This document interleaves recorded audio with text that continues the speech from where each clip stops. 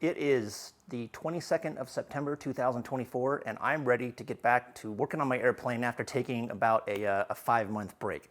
So had a lot going on this summer. Didn't really work on the plane, kind of a bummer, but now I'm ready to get back to it. Anyway, I'm currently working on section 26 of the plans. That is the mid-fuselage, and all I basically have to do to complete that section is take off the bottom skins, dimple everything, do some countersinking, and then rivet the skins back on. So in terms of finishing that section, I'm almost done. However, I figured early this summer that given the access I have to this right now, this would be a great time to install an air conditioning unit, specifically the air conditioning scoop. So before I get into that, I have obviously decided to purchase an air conditioning system for my airplane. There's some debate on this on RV10 circles as to whether or not you need an air conditioning and the wisdom of having one. A lot of people say you don't need one, and once you get up to a certain altitude, you get air conditioning for free. And fine, in certain locations, certain climates, and at certain altitudes, that's true. But I live in West Texas where it's hot, and I want to be able to have an air conditioning, especially when I'm at low altitudes. Not only do I want it, I could probably live without it, but one of my ambitions with this project is encouraging my wife or convincing her to get in the airplane and the two of us going places together. Now, she's not sold on this project. She still isn't. I'm kind of hoping that once this thing's built and she goes on some flights, she'll come around, but that remains to be seen. In any case, I can 100% guarantee you that if it's a hot day and she's in an airplane without air conditioning as we're bouncing around and she gets nauseous, it is 100% a no-go. So basically, some people might debate whether or not an air conditioning is necessary, but none of those people are married to my wife. In my case, I would characterize it as 100% a necessity. So early this summer, I decided to purchase an air conditioning system from South Florida Sport Aviation. They have a whole kit. It includes the condenser, evaporator, blowers, the compressor that goes on the engine. It's a mechanically driven compressor, and basically an entire kit that allows you to add air conditioning to your RV10. There's another vendor that sells air conditioning systems, Airflow. I think some of these parts on the South Florida Sport Aviation might come from Airflow. And the design's a little bit different, but one of the things I liked about South Florida Sport Aviation is they have an overhead console that's a little bit bigger, that's already built to accept this, and it makes it easier to pump air through it. There is an overhead console that a lot of people put in their RV10s, an Airsport overhead console. Looks really slick, really nice, but there is an issue where it can restrict flow a little bit, and basically it's the overhead console where you're going to be blowing most of the cold air. So I like South Florida Sport Aviation's. It's a little bit bigger. Anyway, I'll say this right now, I'm not sponsored by them. I paid full price for this thing. I just went and bought the kit. So anyway, most of the air conditioning stuff I'm not going to be putting in right now. Most of the air conditioning kit installs in the tail cone, and I haven't attached it to the fuselage. So most of the install, it's not going to happen for a little while yet. But the air conditioning condenser involves a radiator like this. I've got some saran wrap protecting some goopy parts of it. And this is the condenser, which enables the AC system to pump heat out of the cockpit. And that condenser radiator installs on a scoop, this sucker right here, and this thing is going to sit on the bottom of the mid-fuselage. So I decided to buy the air conditioning kit right now, just because now's a great time. While this fuselage is up, now would be a great time to install this scoop. So that's what I'm going to start this video out with. So basically, in looking over the kit that comes from South Florida Sport Aviation, it looks pretty good. This thing's pretty robust, built really nicely, and overall, I don't really have any issues with it. There is one potential difficulty, and this is going to be in common for all the different scoops from air conditioning vendors that at least near as I can tell, is they're built so they're flat on top. You see, in fact, if I put this on a table, the surface is totally flat. One of the problems, though, is that the bottom of the fuselage is not flat. It's bent a little bit. So if I put this thing on the bottom fuselage, it doesn't lay flush. So no problem. Normally when you put this on and kind of use some screws to screw it on, it kind of bends into shape. Anyway, the kit comes with a template that you can use to kind of drill the holes that you need to in the bottom of your fuselage. I found the template doesn't really work, and the reason is this is not a precision-made part. So The lips on each side are a little bit off. Basically what I ended up doing was kind of drilling holes, loosely following the template, but basically drilling the holes about 1/2 inch away from the outboard of the rib, or the outboard of the lip, and doing it that way. I didn't use the template. Also, I do have some issues with the way that these things are supposed to attach to the bottom skin. This, as well as the airflow kit, basically want you to use riv nuts that you install in the bottom skin. Riv nuts are kind of like pulled rivets, but they allow for you to put a screw in, and I don't really like them. First off, their footprint on the metal itself is not as good as a normal nut plate. So I'm decided on this. I'm not going to use the riv nuts to allow me to screw this thing in the bottom. I am going to use normal nut plates. I like those better. Also, there are no doublers with this kit, or as far as I know, any other kit, which initially gave me some concern because the bottom skin isn't exactly super thick. And I was wondering, is this thing going to rip off the bottom? It's probably not. There's quite a few of these scoops flying around, and so far as I know right now, none of them have ever ripped off the bottom.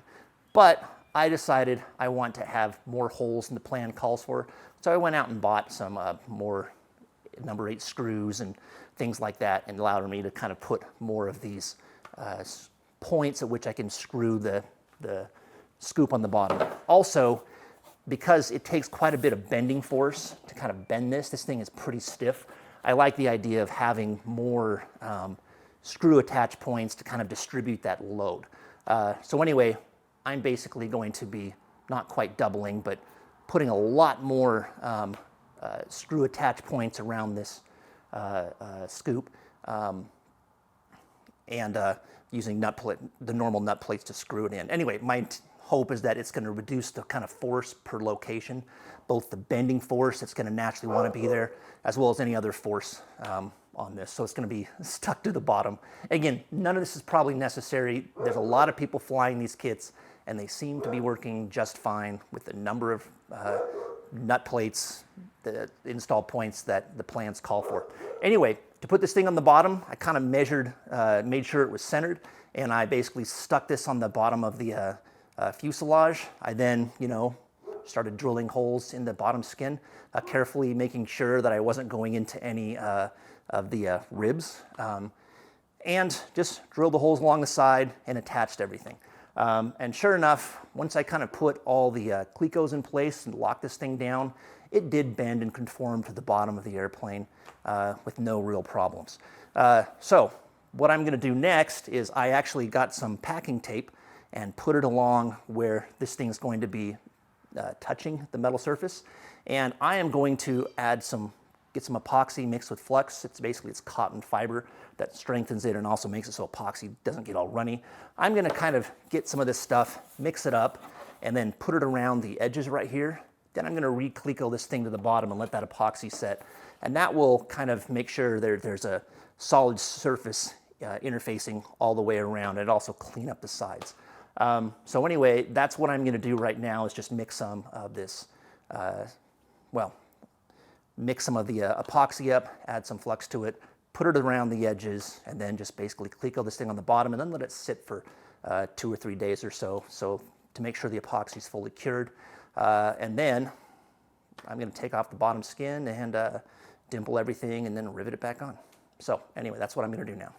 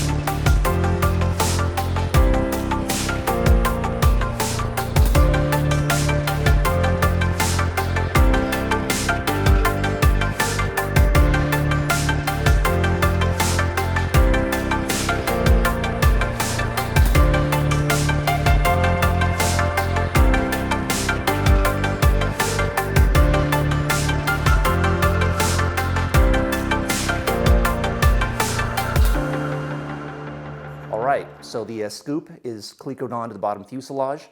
There's a lot of squeeze out around the sides from the epoxy, which is nice because I was kind of wondering if I had put enough on. Apparently I did.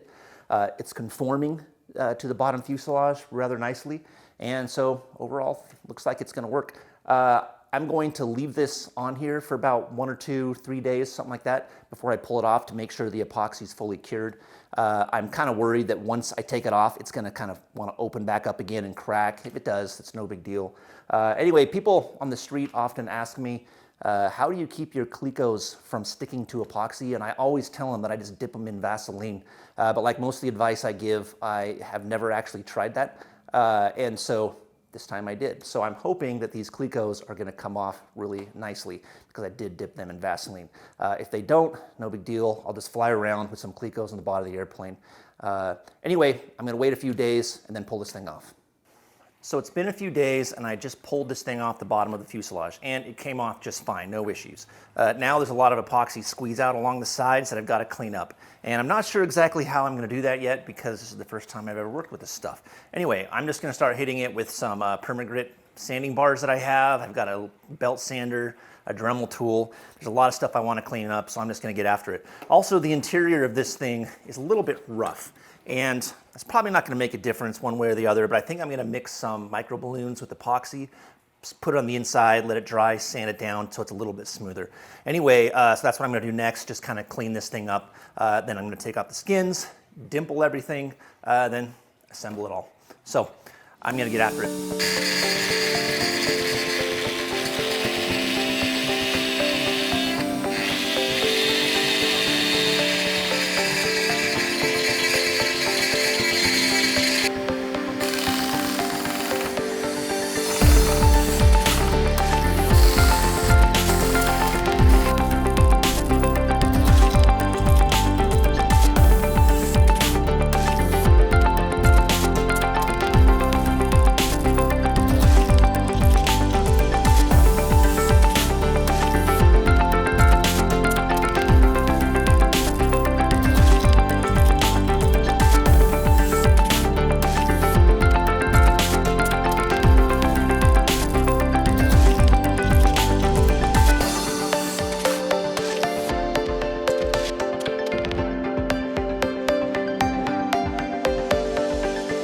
So I've smeared micro on the inside of this to my satisfaction. I'm not going to smooth everything out, but I kind of want to smooth out some of the rougher stuff. Again, not necessary, don't need to do this, but I figured why not?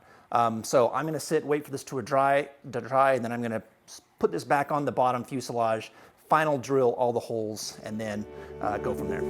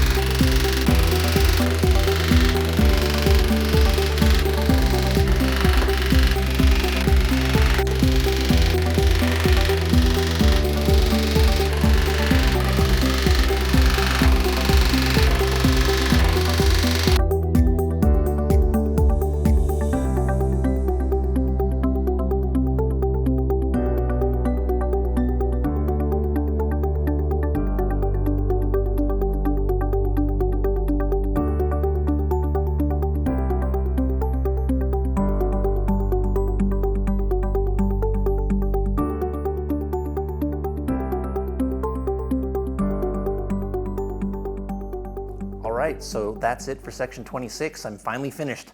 I started this thing many months ago, and I'm glad to have it behind me for the most part. Overall, this mid-fuselage came together just fine. There's not much by way of gotchas. Everything was kind of straightforward. I do like the fact that I attached this scoop with more screws than was called for by the plans. I don't know, it just makes me feel good knowing that there's a lot of screws holding this thing on. Also, it conforms to the bottom of the fuselage really well, and overall it went in pretty good. I didn't show this, but I did have to drill 2 holes in the bottom skins to allow some hard lines to get through. And the plans, or excuse me, the kit comes with a template, but the template wasn't that great. It didn't really work very well. So I had to figure out another way to measure out those holes and get them put in correctly, drill them correctly. And it turns out after I finally put the hard lines in that they fit just fine, so I'm really relieved about that. But anyway, other than that, putting this thing in was not too tricky, very straightforward. I did mention there's not a lot of gotchas in this section, at least not that I can remember, but 2 things are worth mentioning. First, the rivet lines along here and on the other side are really hard to get to with a normal bucking bar. So I found that this bucking bar that I got as part of the RV10 kit from, I believe, Cleveland Tool, was really, really helpful. This was used on, I think, the ailerons. Maybe it was the elevators. It was used on something. Anyway, I used it a long time ago. Didn't think I'd ever use it again, but I used them for these rivet lines, and it worked out fantastic. So that was one nice thing. The second thing is I had to use the offset rivet set a little bit on this section, and I hate this thing. If your ambition in life is to screw up as many rivets as possible, use this. Anyway, it's just really hard to get it correct, to get it to sit right. It wants to spin around. You can kind of put some duct tape on it to kind of sort of hold it in place, and that kind of sort of works. But I just keep screwing up with this thing. Well, maybe I'm overstating things. The vast majority of rivets that I set were fine. But there's a tendency, if you're not careful, at least for me, to, as I'm using this thing, have it bounce along the shop head, and you get some smileys, and then you have to drill out the rivet. So I had to drill out probably in total 3 or 4 rivets. There is 1 or 2 rivets that are a little bit mashed on the shop head in a way that I don't really like, but there is a serious likelihood of drilling in some of these things that you're going to make things worse by drilling out a rivet. So I decided to leave 1 or 2 rivets in there where the shop head is not thrilled with it. But for the most part, everything turned out right. Anyway, that's it for this video. Next up is section 27. That's going to involve putting in the firewall or attaching some things to the firewall, and I'm looking forward to getting started on that. Anyway, that's it for now.